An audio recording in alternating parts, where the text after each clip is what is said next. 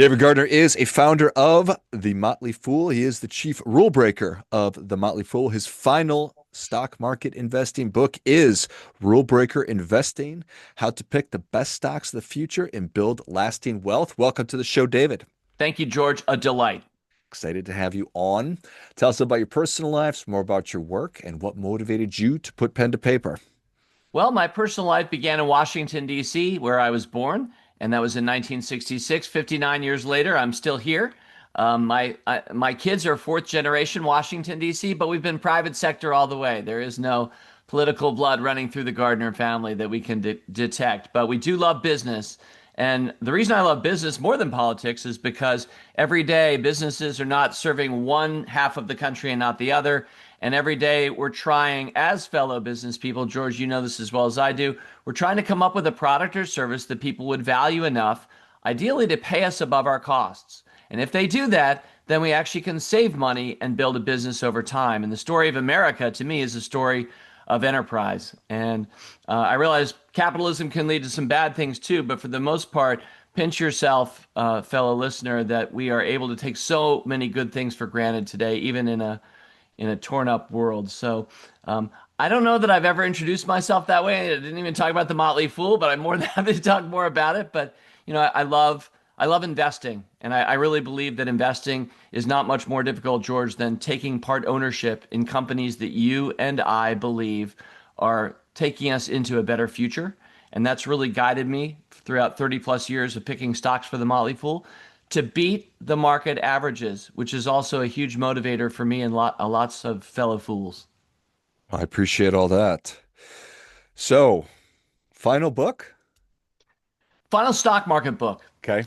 And there's a difference there because I don't think it is my last book, but I'm also not the person who's coming out with a book every 1 or 2 years. I definitely had this book in me, writing about the stock market, why I love it, how I think buying individual stocks is actually a beautiful and good thing. It's a very rule breaking thing to do these days because most financial advice says just index it, don't even pick stocks.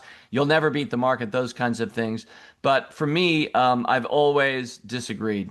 And I think that rather than buy all the companies in an index fund, we should buy the best companies and not the bad companies. And also companies that you and I know and can relate to and feel like they're true of us. And if somebody looked up and down your brokerage statement, they would say, yeah, I feel like I know George because look at those companies. Like, I get that.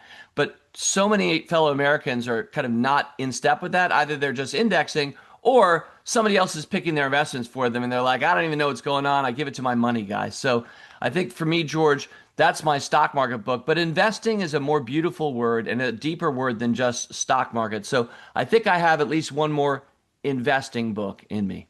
Okay. Perfect. Do you have a sense of how many Americans are stock market investors and then maybe who actually own individual stocks? Yeah, I mean, this is a number that's hard to pin down. What I can share right off the top is that the Financial Health Network, which is one of the partners of our community foundation that I chair, Financial Health Network every year does stats on Americans and finance, and 1/3 of us are financially healthy. 1/3 of us are financially coping, paycheck to paycheck, and 1/3 of us are financially vulnerable.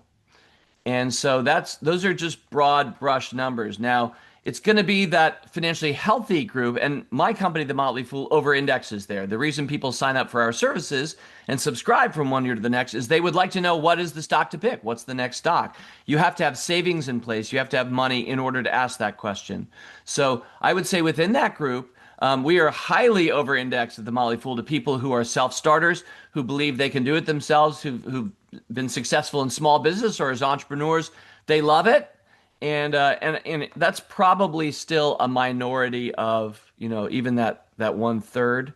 I mean, we're all sort of raised to go, oh yeah, you could buy shares in that Lululemon, like if you love the yoga outfit or Chipotle. I think we're aware of that, but the actual number of people willing to say, I now own shares of Lululemon and Chipotle, which by the way have been fantastic 10 plus year investments, which is generally the time frame that I'm looking for when I pick a stock. But it's clearly a minority of our society, George. Part of what we do at The Fool is we're trying to democratize that. And so I'm all about, I think everybody should own at least one stock. Certainly agree. Is it because I'm always fascinated. It's like what is that stops people from doing a certain thing? And I sort of thought that maybe buying an index would be easier or more easy to understand. But as I just talking, it seems like owning a stock would be easier to understand than trying to understand an index. I appreciate that question or that thought.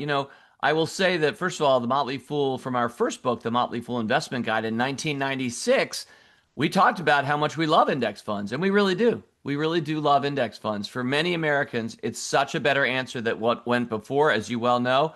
Managed mutual funds, often with high fees and underperformance. And so Jack Bogle with Vanguard comes along and revolutionizes our society, gives us the largest selection, kind of like Walmart with the lowest prices. And he turned the financial services industry on its head through that. And Jack Bogle is somebody whose character I deeply admired and was a friend of the Fool. And there's one point we disagree with Jack about, and that would be that we think that buying individual stocks is a beautiful thing, and it doesn't have to be with all of your money, although it is with mine. I'm pretty much fully invested across about 50 different stocks, broadly diversified, but all companies that I like. And I don't have to own the other few thousand that the miracle of an index fund still lets you own, which is kind of great. So, in a lot of ways, George, the index fund is the simplest thing because you're just buying basically all the stocks on the market or maybe all of the S&P 500, biggest 500 companies in America.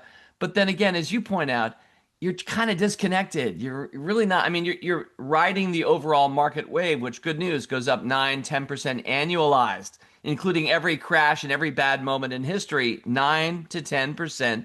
Pinch yourself again, dear listener, annualized. There's really nothing else like that, and you don't have to do any work for it. You can just keep entering it.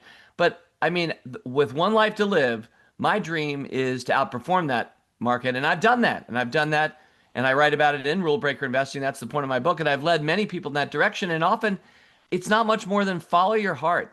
Like, how many people have come up and said, yeah, I should have held on to Apple. I love Apple. I've got like the bumper sticker on my laptop or on my car. And I'm like, yeah, you should have held Apple because Apple is up 100 plus times in value over the last 30 years. Absolutely phenomenal investment. And it's not the only one, whether it's Starbucks or Netflix or Tesla. There are lots of different great companies out there, and I'm much more one-to-one in touch with those companies than with my index fund. I don't know that I've ever heard anybody talk about stock market investing with follow your heart as part of that strategy. Well, I would say that that's very true of me, and I would say that the final chapter of my well, actually, so my book is broken down into the 6 habits you need, the 6 things you're looking for in stocks, and then the 6 things to build a portfolio because most people don't really have coaching about how to build a stock portfolio. So, but the first principle of building a portfolio is make your portfolio reflect your best vision for our future. And so it's very personal for me. I think everybody's portfolio should reflect themselves. And what you see, George, for our future, I see some of that. I bet we agree on a lot. And you see things uniquely that only you would see that I don't see. And you absolutely should be leaning into that.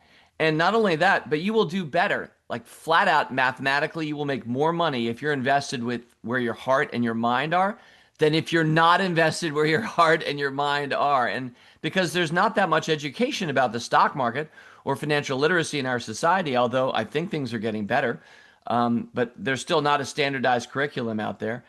You have a lot of people who just don't understand that their money is just a natural extension of themselves as opposed to some complicated day trading crypto dream meme stock thing that they should do to try to get rich or retire early. It's quite the opposite. Oh, thank you. I appreciate that. How do you how do you help people define if they're finding success with stock market investing? Yeah, well, first of all, you can always compare yourself to the overall performance of the market, which is broadly reported. So this year, I think the stock market's up about 12%. I'm not checking it this morning because I don't check the market every day because I'm a foolish capital F investor. But the market's up, it's had a good year. It's quite ironic given that so many people that started this year were saying the market's going down this year. This is not going to be a good year for the stock market. I spend no time trying to forecast one year to the next of the stock market. It's essentially random, and I wouldn't believe anybody who has strong feelings about where the market's headed this fall or by next fall. And you can always kind of know how the market's doing by just asking, what is the performance of the S&P 500 this year so far or at the end of each year? And then I would say you should just see where your own net worth was at the start of the year, and then compare that. Were you also up 12% so far this year? It's not that you always have to be winning. It's nice to be winning overall, of course. That's kind of what we're about. But just knowing how to keep score for a lot of people is helpful. We love sports in America. I do too. And there's a scoreboard right there with a clock, and we're all very aware of what the score is and how much time's left. We're not so much in life. No one can know how much time's left, but a lot of people lack an understanding of where the scoreboard is even positioned and how to read it. But it's right there. And so for me, I think that's what I would counsel is just being aware overall how the stock market's doing. By the way, if you look backward, which is very helpful, it's called history, you'll discover the stock market, as I already mentioned, averages 9 to 10% gains year in and year out. That includes drops of 40% some years and rises of 68% other years. But this is a train we all want to get on as early as possible in life. Get your kids started investing because compounding those numbers, along with Einstein, who supposedly called it the eighth wonder of the world, compounding. He didn't actually, if you check it, but it's still a great line. And, I love this sentiment. So we should be compounding your whole life long. It's like saying Santa doesn't exist, David. Of course, Einstein called compound interest the eighth wonder of the world. There are so many great lines, George, that were not actually said by people. I'm a huge fan. There's a site called quoteinvestigator.com, which really deeply looks at the source of every line, and you'll discover things like Gandhi never said, be the change you want to see in the world. He never did, not once, but you'll see TED Talks quoting him, bumper stickers, t-shirts. It's a great line, and it could easily have come from Gandhi. It just never did. Yeah, I appreciate that. So, do you have do you have any concerns with new apps coming on the market? Like, I don't know that I need to name names necessarily that are gamifying stock investing. Yeah, no, in general, I think it's great. First, I love games. So, we're doing an audio podcast, but in the room behind me, I have 673 board games. I am an absolute crazy game fanatic.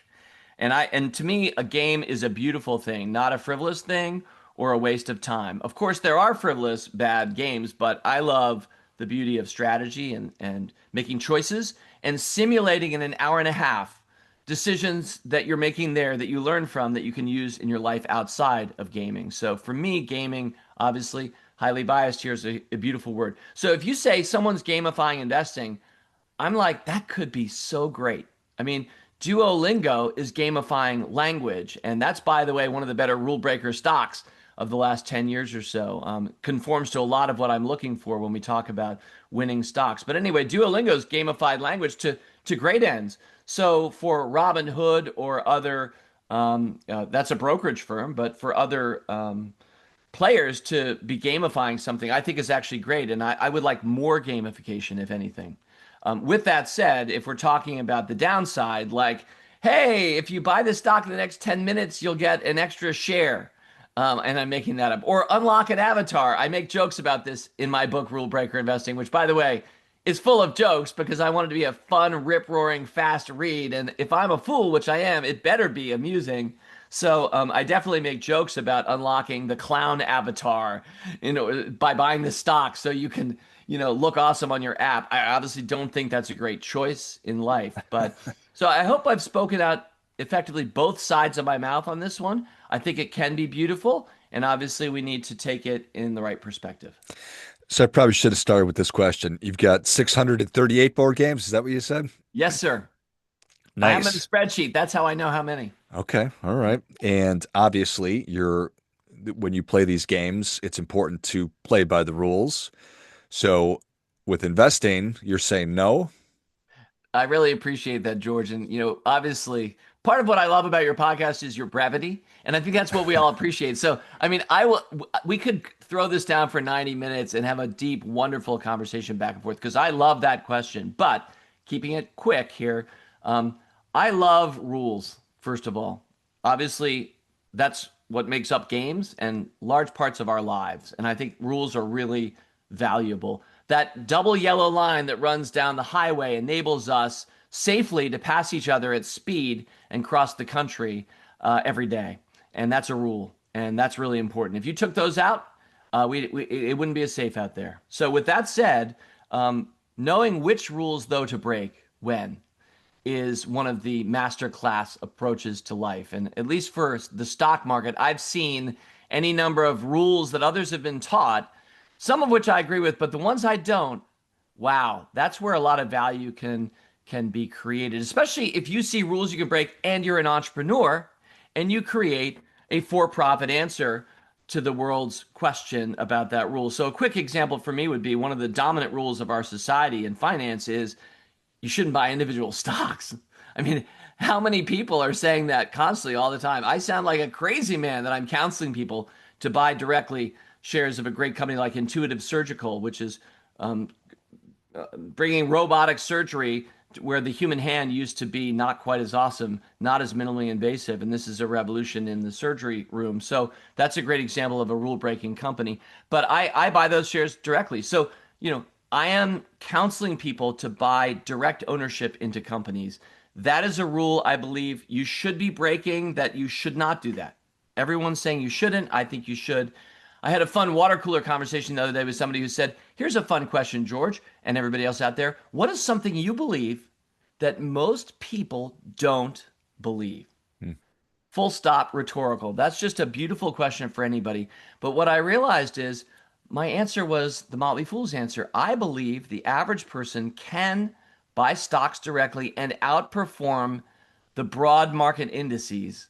And we've built our business 30 plus years in on that premise. And it's been really successful for those who followed us. We're still a small company, but we're about 30 plus years older than I thought we would be when we started as a paper newsletter for our parents' friends. I love everything about that. I love appreciate the road, bringing that in with the yellow lines because yeah, without everybody playing by the rules on our interstate, just the streets in our local town, it's not going to work. Yep. And and you've started and grown this incredible business. So obviously there's some rules that you followed there and plenty that you probably broke. And business school professors would shake their head, wag their finger at you, just as economists and financial advisors are now doing, as you are giving people the permission and encouragement to go out and actually buy stocks directly. So I think that that's awesome. Thank you. How much time does an individual need to invest upfront to be able to get into this and then ongoing?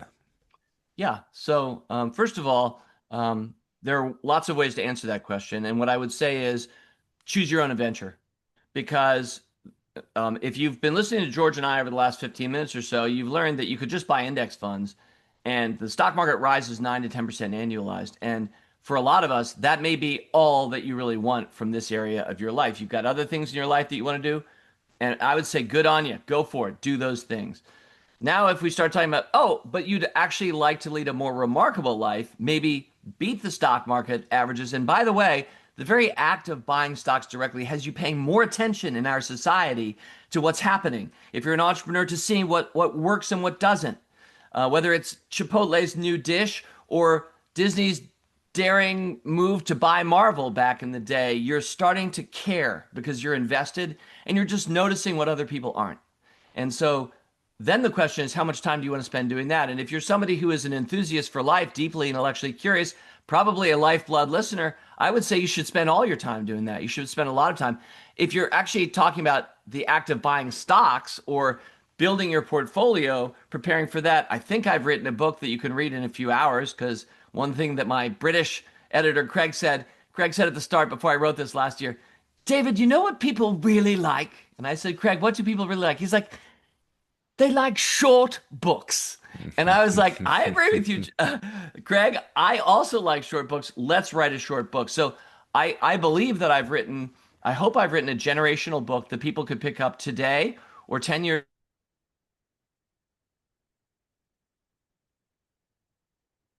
and so important to their life, their family, and their friends and those around them. That is the performance of their financial life. And I know you guys go deep on that and you do a lot of coaching around that. And I think there can never be enough of that. So, and the last thing I'll say is rule breaker investing by its very nature has me buying a lot and rarely selling, which means I'm only doing one side of the trade, which means I don't have to. Here's another rule I break. I don't have to try to buy low and sell high. One of my least favorite phrases in the world. I believe it is responsible for human misery because it's coached so many people to think the third word out of their mouths is sell. And so they don't hold Apple. They don't buy Lululemon in the first place, or they're not willing to hold it out with Mercado Libre, which is basically, as a friend of mine at the Motley Fool said recently, if you've never heard of it, it's the Amazon of the Amazon. So they don't end up buying and holding. They think they need a target price.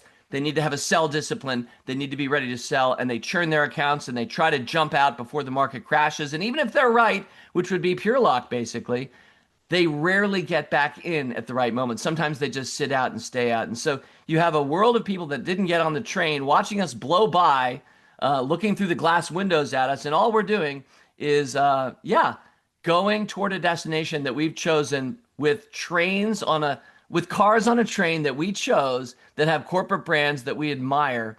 And I think that is the way to approach things. So how much time does that take? There's a lot of ways to answer that question, but I hope I gave a motley view. Amen. Well, David, thank you so much for coming on. Where can people learn more about you? How can they connect? Most importantly, where can they get their copy of Rule Breaker Investing? Well, thank you, George. And I've really enjoyed our conversation and keep up the great work. This is a delight for me to learn more about you and what LifeBlood is doing. And I would say, my book's there on Amazon.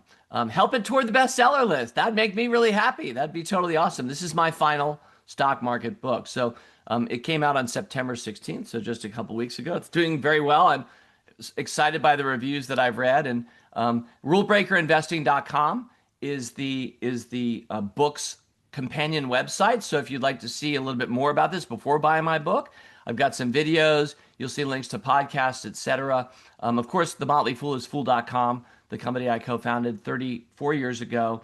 A much bigger site than rulebreakerinvesting.com. But those are all ways to reach out. I'm at David G. Fool on Twitter X, and that's how you can find me. Excellent. Well, if you enjoyed as much as I did, show David your appreciation. Share today's show with a friend who also appreciates good ideas. Go to rulebreakerinvesting.com and check out a little bit more about the book, or just go right to Amazon and pick up your copy of Rule Breaker Investing. Of course, go to fool.com if by some crazy happenstance you're not familiar with the Motley Fool and you are curious about personal finance. That is the place to go to get into this, get your feet wet, get a full education, whatever you have questions about when it comes to money and investing. That's a wonderful place. So I can't advocate enough that you go check that out. Thanks again, David. Thank you, George. Fool on. And until next time, remember, do your part by doing your best.